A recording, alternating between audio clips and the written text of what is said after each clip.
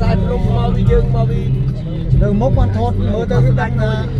na này bây giờ đây là cái chỗ đầm tụng ăn cho tay lứa đứng cái tay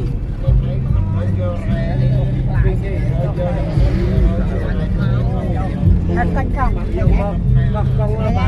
cho kênh Ghiền Mì Gõ để không bỏ lỡ những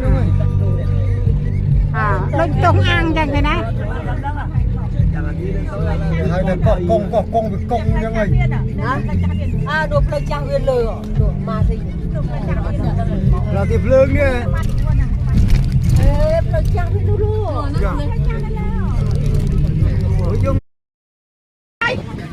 năm nay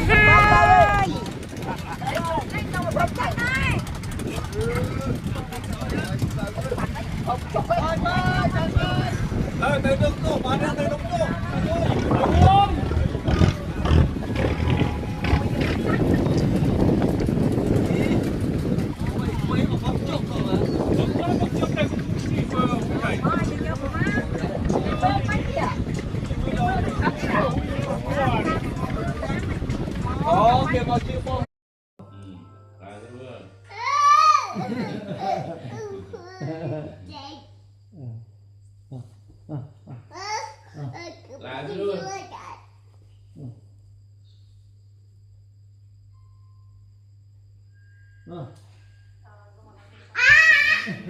Mơ mình định à?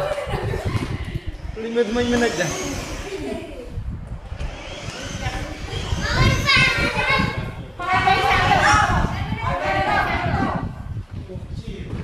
đây là cái gì Rồi lớn cái này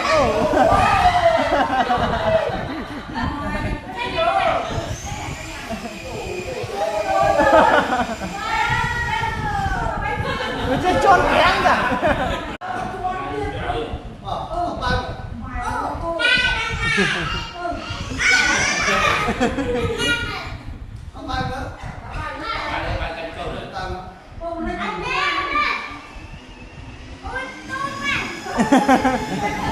Mana hồn nhỉ?